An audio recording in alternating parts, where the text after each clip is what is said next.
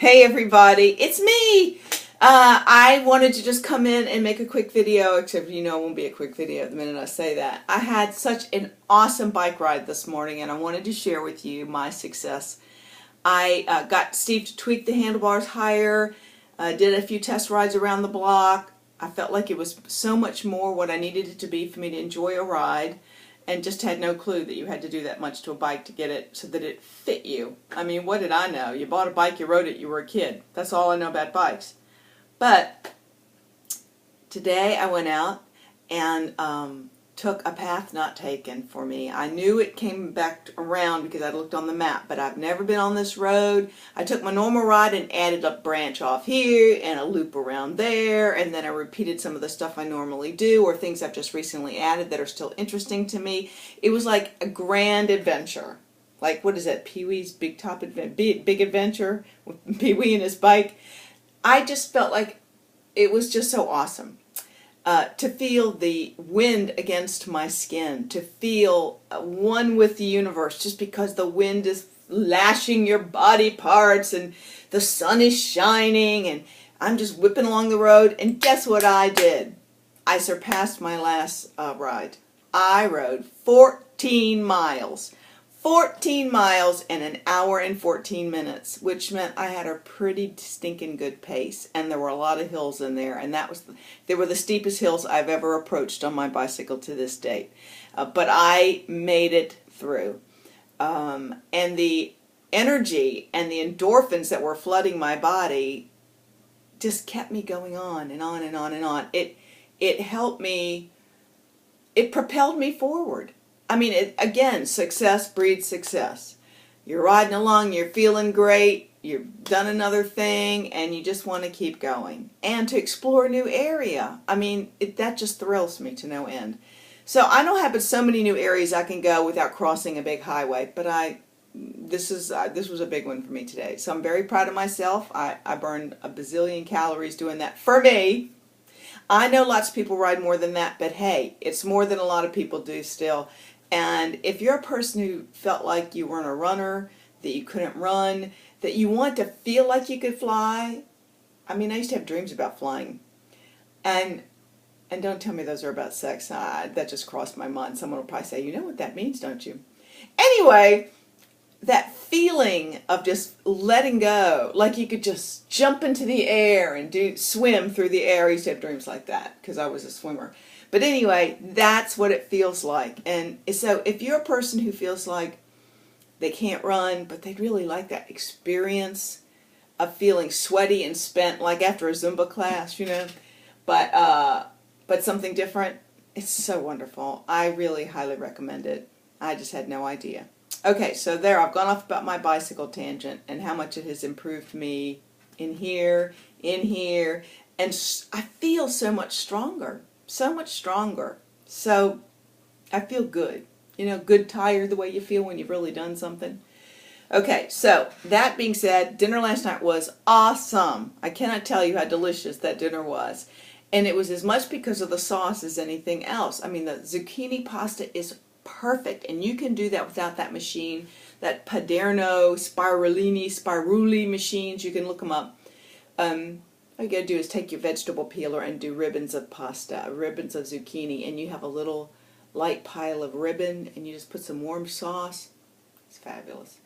One day soon I'll show you how to make spaghetti sauce from fresh tomatoes, which is something I just did in the pressure cooker last week, and it was great. So anyway, I want to tell you about a channel that a friend of mine has, WLS Foodies. It's kind of a new channel. She's got about 7 videos on there, and she has gone from her weight loss surgery life into being a person who's loves to be at home and tend the garden and cook, and she didn't used to be about that, but now she is, and she's sharing all the healthy, green, vegetable-oriented dishes, and encourages WLS people to start to think outside the 6 shrimp in the microwave, in a marinade life. So, and I wholeheartedly agree. So, you might see me there. You never know. I told her I'd help her out if she needed my help, and she was delighted. So, anyway, that's that. I also wanted to share something else with you really quickly. I read the most wonderful, inspiring little note on Facebook today. Somebody had written on a page I'm on, a maintenance page. And it so spoke to what I feel, and I wanted to share it with you, so I thought I'd read it to you and just discuss it a little bit with you. I titled it Keeper because I don't want to lose it. The land of maintenance has been an interesting world to enter into, and I am so happy that I'm here. I feel that I'm learning much more here about myself than I did while I was losing. You can learn a lot about yourself in maintenance because that's the hardcore forever and ever thing. You have to really dig deep then. And you have to dig deep for the loss too, but it's different. Because with the losing was like a high. It came off weekly, most of the time. It was exciting to have a weigh-in and see in black and white, or whatever color your scale is, the result of the previous week. So that we all remember that, right? The weight loss phase. You've got a weekly short-term kind of experiential goal. Oh, yay, celebrate, high, and some low, but still. Maintenance is different. Maintenance doesn't bring those types of highs, but in a way, there is still a high. This person writes, I weighed today, and I am above what I thought would be my goal weight, but I'm at a weight that I have maintained plus or minus a little bit for about 4 months now. Now this is someone's maintenance experience. I've been thinking about this weight, and my body seems content here. It's not hard to remain here. I don't have to work my ass off to maintain this weight, and I've learned and am still learning that it's okay here. So this is a woman, did the whole loss thing, got to maintenance. You have to look a little deeper, you have to grow a little more, process a little more differently, and learn to be comfortable again without the extreme emotional highs, but more a peaceful kind of, oh yeah, you know.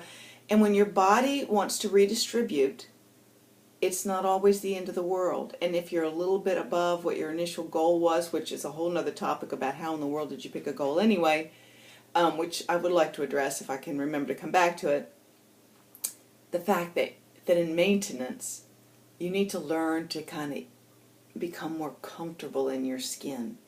That gives you the time to kind of ease into that comfortable, easy chair of, oh yeah, this is the new bod, this is the new frame, this is the new carrier, engine, this is the new vehicle, and this vehicle might need to recalibrate a little here, a little there, in a more normative life setting. Still a good life setting, but not one where you're striving so hard every day to get to the end of the week, to get on the high of the scale and the success and the woo-woo. No. This is the real living. This is when the real living begins. It doesn't mean you throw things out. You still do the same. And yet, you can relax just the littlest bit. Okay. The brain mental is a hard barrier to get through and change. You got that? I put this in bold. The brain, the mental part, is the harder barrier to get through and change. I still see myself as obese, and then I will catch a glimpse of myself in the mirror and do a double take because I'm healthy and trim. Okay? See here, y'all saw me beating myself up for feeling like I was getting fat, and all it was a little saddlebag getting a little big because I, whatever, drank a little too much wine, ate a little too much bread. But I've not gone back to what I was. I mean, I'm not as thin as I was, but that's okay. I have to be okay. I mean, I would like to, well, we don't have to get into that conversation. Everywhere you go, you'll find skinny people. I hate people when they were skinny. They go, oh, I feel so fat. Well, you know what? I have to really watch what I say because everyone around here, even though they are not heavy, certainly do not see me as fat. And if I say anything about feeling fat or I'm on a diet, they looked at me the other day when I told people, oh, well, I'd love to come to dinner. I'm kind of on a diet. I can't believe I even used the word. But you know what I'm saying? They were like, what? So you get it. You'll still always, somehow, it's one of those things. Then she goes on to write, I feel that I have been mentally working myself over. Okay, I feel that I have been mentally working myself over to get to a number that, no matter what reasons I give myself, is just not the number I need to be. Just not the number I need to be. My husband coming home? Jeez, I guess he must be, unless I'm getting burgled. I'm on making a video. Is that you? Okay, I'm making a video. Worried for a minute. Okay. I feel that I've been mentally working myself over to get to a number that, no matter what reasons I give myself, is not the number I need to be. To be at a number that I can maintain with the occasional treat and routine exercise to, I'm sorry, I'm getting these like text things around me and it's distracted me a moment. Focus, focus, ADD. I need to be, let me start this again. Oh my gosh. I feel that I have been mentally working myself over to get to a number that, no matter what reasons I give myself, is not the number I need to be.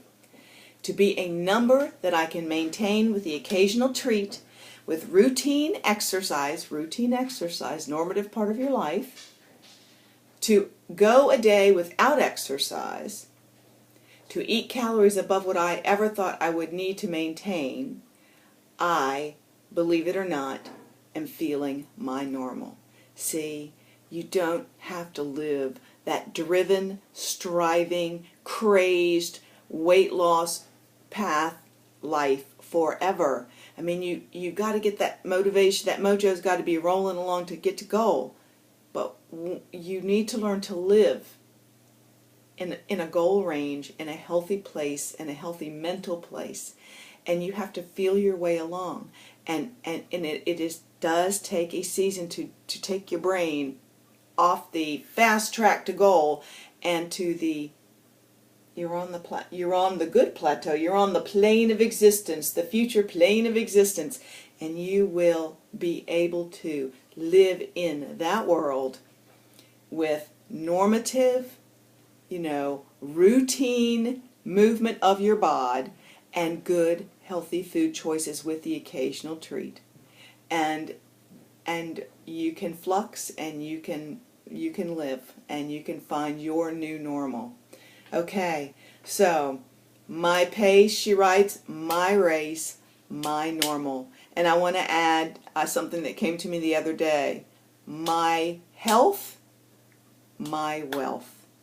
Okay, that is my new thing. My health, my wealth. My pace, my race, my normal, my health, my wealth.